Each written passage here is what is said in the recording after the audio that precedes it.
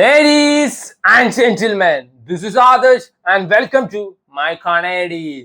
So നമ്മൾ ഇന്ന് രണ്ട് സിനിമയെ പറ്റിയാണ് സംസാരിക്കാൻ പോണത്. അതിൽ ഒരെണ്ണം ഒരു റേറ്റഡ് കോർട്ടൂൺ ഡ്രാമയും മറ്റത് ഇപ്പൊ ട്രെൻഡിങ് ആയി നിൽക്കുന്ന ലവ് സ്റ്റോറി.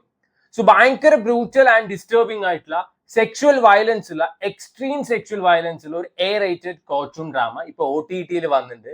ഇന്നലെ രാത്രിയാണ് ഞാൻ ഈ സിനിമ കണ്ടു കഴിഞ്ഞപ്പോ ഭയങ്കര ഡിസ്റ്റർബ്ഡ് ആയി തോന്നി. എന്തിനു കണ്ടു അങ്ങനെ തോന്നാൻ തുടങ്ങി. നമ്മുടെ കനിച്ചേച്ചി, കനിക്കുസൃതി, തപ്സി പാനു, അതേപോലെ തന്നെ രേവതി ഇവരൊക്കെ അഭിനയിച്ച അസി Z5 സ്ട്രീം ചെയ്യുന്നത്. അസി പറയുമ്പോ എടാ അസിയെ ആസാനല്ല, അസി മീൻസ് 80. സോ ഈ സിനിമ തുടങ്ങുന്ന സമയത്ത് ഒരു സീൻ ഉണ്ട്. ഞാൻ ഞെട്ടി ആ സാധനം കണ്ടിട്ട്. എനിക്ക് ഇവൻ പേടി തോന്നാൻ തുടങ്ങി. അജാതി ഭയങ്കര ഡിസ്റ്റർബിംഗ് ആയിട്ടുള്ള സീൻ. ആ ഒരു സീൻ മാത്രമാണ് ഇത്ര എക്സ്ട്രീം സെക്ഷൽ വയലൻസ് ഉള്ളത്, പിന്നെ ഒന്നുമില്ല. പക്ഷെ അതിന്റെ ഒരു intensity throughout the film ഉണ്ട്. ദിസ് ആക്ച്വലി കോർട്ടൂൺ ഡ്രാമയാണ്. സോ ഇതില് വക്കീലായിട്ട് നമ്മുടെ തപ്സിയാണല്ലോ. സോ ആദ്യത്തെ ആ ഒരു സീനിന്റെ ഷോക്ക് കഴിഞ്ഞിട്ട് പടം ഫസ്റ്റ് ഹാഫ് ഒക്കെ അത്യാവശ്യം നല്ലതായിരുന്നു. എന്നാൽ സെക്കൻഡ് ഹാഫ് ഒരു കോർട്ടൂൺ ഡ്രാമയെന്ന് നമ്മൾ എന്താണ് പ്രതീക്ഷിക്കുക? രണ്ട് വക്കീലന്മാര് തമ്മിൽ കൊമ്പ് കുറക്കണല്ലേ. എന്നാൽ ഇതില് പ്രതിഭാഗം വക്കീല് വന്നിട്ട് സകലമായ എവിഡൻസ് നിരത്തി നല്ല വൃത്തിക്ക് വാദിക്കുമ്പോ തപ്സിയുടെ വക കവലപ്രസംഗം, കഥാപ്രസംഗം, ഈ സെന്റിമെന്റ്സ് തണ്ടൽ, അതാണ് ഇതിന്റെ സെക്കൻഡ് ഹാഫിലുള്ളത്. Taapsee is actually very nice actor. പക്ഷെ ഇതിൽ കാണിച്ചു വെച്ചിരിക്കുന്ന കോപ്രായം കണ്ടു കഴിഞ്ഞാൽ പവൻ കല്യാൺ എന്ന കോഴ്സ് ചെയ്യാണോ തോന്നുന്നു. ഇമോഷണൽ സീൻസ് ഒക്കെ ആള് കാണിച്ചു വെച്ചിരിക്കുന്ന കാണണം. അയ്യേന്നാ തോന്നിയത്. ഇത്രയും ഓവർ ആക്ടിങ്ങിന്റെ ആവശ്യം എന്താണ്? ഇതിൽ രേവതിയാണ് ജഡ്ജായിട്ടുള്ളത്. സെക്കൻഡ് ഹാഫിൽ തെളിവൊന്നുമില്ല തപ്സിയില്. തപ്സി ഇരുന്ന് കവലപ്രസംഗം നടത്തുന്നത് കണ്ടിട്ട് രേവതി അതിനു വേണ്ടി ഒരു ക്യാരക്ടർ.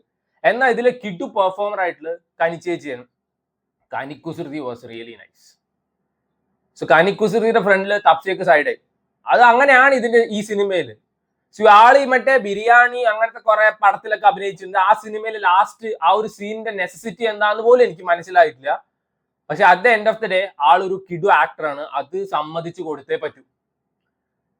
സോ ഈ സിനിമയുടെ സെക്കൻഡ് ഹാഫ് അട്ട നോൺസെൻസ് ആണ്. എനിക്ക് ഒട്ടും വാക്കായിട്ടില്ല. ഈ സിനിമയുടെ first half was really nice. കനിച്ചേച്ചി, ആളുടെ ഹസ്ബൻഡ് ആയിട്ട് അഭിനയിച്ച ആള്, ആ ചെറിയ ചെക്കൻ, ഇവരുടെയൊക്കെ പെർഫോമൻസും ഇവര് തമ്മിലുള്ള കുറച്ച് മൊമെന്റ്സ് ഒക്കെ വളരെ നല്ല രസമുണ്ടായിരുന്നു.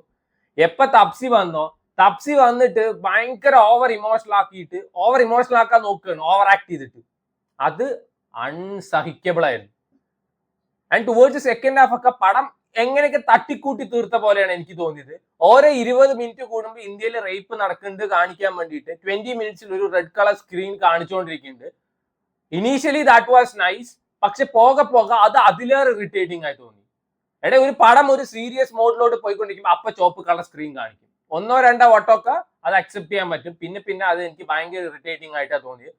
2 മണിക്കൂറെ ഈ സിനിമ ഉള്ളെങ്കിലും ഭയങ്കര സ്ലോ പേസ്ഡ് പടമാണ്. ക്ഷമയുടെ നെല്ലിപ്പടി കാണിച്ചു തരും. ആൻഡ് ടുവേർഡ്സ് ലാസ്റ്റ് ഇവർ എന്താ ഉദ്ദേശിച്ചത് പോലും പേഴ്സണലി എനിക്ക് മനസ്സിലായിട്ടില്ല. ഇതിൽ കാർത്തിക് ഭയ്യ അവന്റെ ക്യാരക്ടർ ചെയ്ത ഒരാളുണ്ട്. അയാളും തപ്സിയും തമ്മിലൊരു ഇമോഷണൽ സീൻ ഉണ്ട്. തപ്സിയുടെ ഫസ്റ്റ് സീൻ അതും തന്നെ തപ്സി ഓവർ ആക്ടിങ് ആണെന്നാ മനസ്സിലാവും. എനിക്ക് ഇന്നേ വരെ തപ്സി ഒരു പടത്തിൽ ഇത്രയും വെറുപ്പിക്കാനായി തോന്നിയിട്ടില്ല.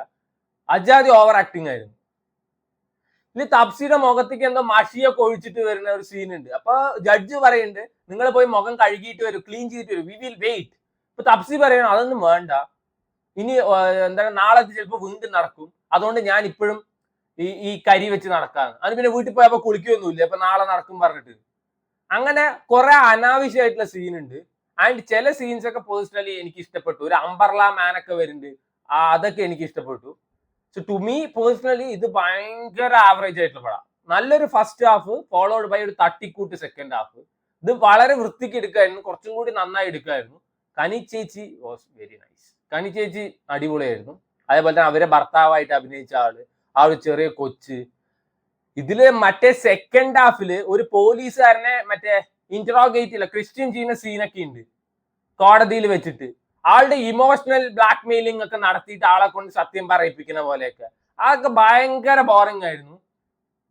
കോർട്ട് റൂം ഡ്രാമ എത്ര എണ്ണം ഉണ്ട്, എത്ര കിട്ടു കോർട്ട് റൂം ഡ്രാമ ഉണ്ട്. ഇവൻ ക്രിമിനൽ ജസ്റ്റിസ് എടുത്ത് നോക്കിയാൽ മതി. പെട്ട സാധനമായിരിക്കും ഓരോ സീസണിൽ അവർ ഇറക്കി വിടുന്നത്. അങ്ങനെ വേണം. ഇത് വക്കീലിനൊരു കഴിവുമില്ല, കുറെ സെന്റിമെന്റ്സ് മെഴുകി വെച്ചിട്ട് ഈ മറ്റേ ജഡ്ജിയെ കൊണ്ട് വിധി എഴുതിപ്പിക്കാൻ നോക്കുന്ന സാധനമാണ് ഈ സിനിമയുടെ സെക്കൻഡ് ഹാഫിൽ എനിക്ക് തോന്നിയത്. ടു മീ പേഴ്സണലി ഇത് ആദ്യത്തെ കുറച്ച് സീൻസ് ഒക്കെ ഭയങ്കര ഡിസ്റ്റർബിംഗ് ആയിരുന്നു ആൻഡ് സെക്കൻഡ് ഹാഫ് തട്ടിക്കൂട്ടുമായിരുന്നു. പക്ഷെ ഓവറോൾ നോക്കുകയാണെന്ന് വെച്ചാൽ ഈ സിനിമ കാണേണ്ടിയിരുന്നില്ല എന്ന് എനിക്ക് പേഴ്സണലി തോന്നി.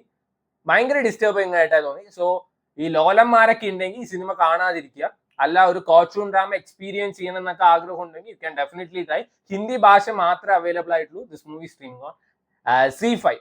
അടുത്തത് ഒരു ലവ് സ്റ്റോറിയാണ്. ബേസിക്കലി ഒരു ഹിന്ദി സിനിമയാണ്. സോഷ്യൽ മീഡിയയിൽ ഇപ്പൊ ഭയങ്കര ട്രെൻഡിങ് ആയിക്കൊണ്ടിരിക്കുന്ന ഒരു ലവ് സ്റ്റോറി ഉണ്ട്. എവിടെ നോക്കിയാലും ഇതിന്റെ റീലാണ്. ഇതിന്റെ റീല് കണ്ട് മടുത്തപ്പോ ഞാൻ വിചാരിച്ചു ഈ പടം കണ്ടു നോക്കാന്ന്. നമ്മുടെ മൃണാളിന്റെ പടം, മറ്റേ ഹംഗ്രി മൃണാൾ, അങ്ങനെയല്ല, മൃണാൾ താക്കൂർ. സോ ഇതിൽ മെയിൻ ലീഡായിട്ട് അഭിനയിച്ചിരിക്കുന്നത് മൃണാൾ താക്കൂറും അതേപോലെ സിദ്ധാന്ത് ചതുർവേദിയാണ്. ഇവര് രണ്ടുപേരുടെ പടം ആയതുകൊണ്ട് അല്ല ഞാൻ കണ്ടു, വേറെ ഒന്നും കാണാനില്ല. സോ അതുകൊണ്ടാണ് കണ്ടു. ദോ ദീവാനെ സഹർമേൻ, ഇതാണ് ഈ സിനിമയുടെ പേര്, which means two lovers in the city. അപ്പൊ ആലോചിക്കുന്നുണ്ടാവും, സിറ്റി പറയുമ്പോൾ ഷെഹർ അല്ലേ, പിന്നെ എന്ത് സഹർ? അതാണ് ഈ സിനിമയുടെ പ്ലോട്ട്. ഇത് നെറ്റ്ഫ്ലിക്സിലാണ് സ്ട്രീമിന്. സോ നമ്മുടെ നായകന് ഷാ പറഞ്ഞ വാക്ക് കിട്ടില്ല, അതേ കിട്ടുള്ളൂ. സവർമ, വാസിംഗ് മസീൻ, അതേപോലെ തന്നെ ശശാങ്ക് എന്നാണ് ആളുടെ പേര്, സസാങ്ക്, ഇതാണ് പറയാം. അതിന് ഭയങ്കര കോംപ്ലക്സ് ഉള്ള ആളാണ് നമ്മുടെ നായകൻ. ഒരു പ്രസന്റേഷൻ പോലും ആള് പ്രസന്റ് ചെയ്യില്ല പേടിച്ചിട്ട്. ഓൺ ദ അതർ സൈഡ് നമ്മുടെ നായിക തീറ്റപ്പണ്ടാരമാണ്. എന്തെങ്കിലും ഒരു സ്ട്രെസ്സോ ടെൻഷൻ വന്നു കഴിഞ്ഞാൽ ആള് കണ്ട സകലമാന സാധനങ്ങൾ എടുത്ത് തിന്നും. അതാണ് നമ്മുടെ മൃണാൾ താക്കൂറിന്റെ ക്യാരക്ടർ. സോ ഇവര് കണ്ടുമുട്ടുന്നു, പിന്നീട് പ്രേമിക്കുന്നു, ഇതൊക്കെ പറഞ്ഞുകൊണ്ട് ലവ് സ്റ്റോറിയാണ്. റീല് കണ്ടപ്പോ I find it very nice. ഇത് ഭയങ്കര കിടുപ്പടമെന്ന് തോന്നി.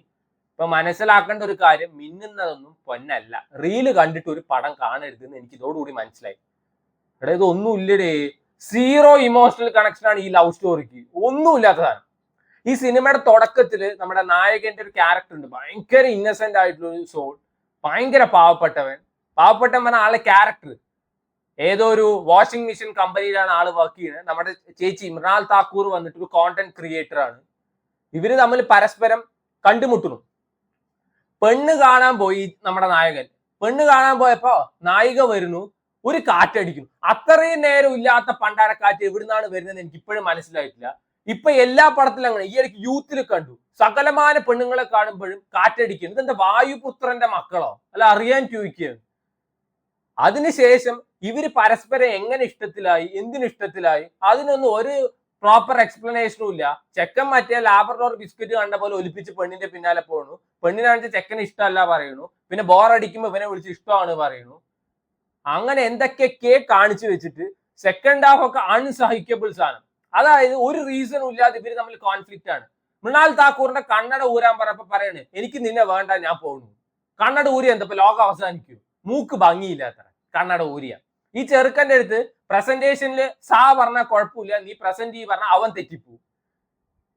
അത് കഴിഞ്ഞിട്ട് മൃണാൾ താക്കൂർ നേരം ഒരു ലോഡ് തിന്നണ കാണാം, പാസ്ത തിന്നണ കാണാം, മാഗി തിന്നണ കാണാം. ഇതൊക്കെ ഒരു പടോ? എൻഗേജ്മെന്റ് പരിപാടിയൊക്കെ ഉറപ്പിച്ച് കഴിഞ്ഞിട്ട് പറയാണ് എനിക്ക് നിന്നെ വേണ്ട. തൊട്ടടുത്ത സീനിൽ വീണ്ടും എനിക്ക് നിന്നെ വേണ്ട. അങ്ങനെ റിപ്പീറ്റേഷനോ അടിച്ച് എനിക്ക് ഒട്ടും വർക്ക് ആവാത്തൊരു സിനിമയാണ്. സോ എത്ര ലവ് സ്റ്റോറി ഉണ്ട്, നമുക്ക് ആ ഒരു ഇമോഷണൽ കണക്ഷൻ കിട്ടുന്നു. ഇന്നത്തെ കാലത്ത് ചെറിയ പിള്ളേർ വരെ എടുത്തു വെക്കുന്നുണ്ട് കിടു ലവ് സ്റ്റോറീസ്, എന്നാൽ അതിലൊന്നുമില്ല.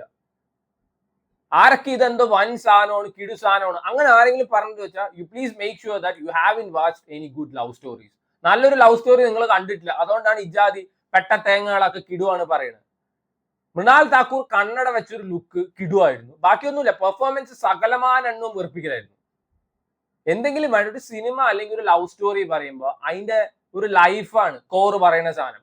നമുക്ക് ആ ഒരു കണക്ഷൻ കിട്ടണം. ഇത് ഒരു zero feeling, zero emotional connection, നാടകം കാണുന്ന പോലെ ഉണ്ടായിരുന്നു.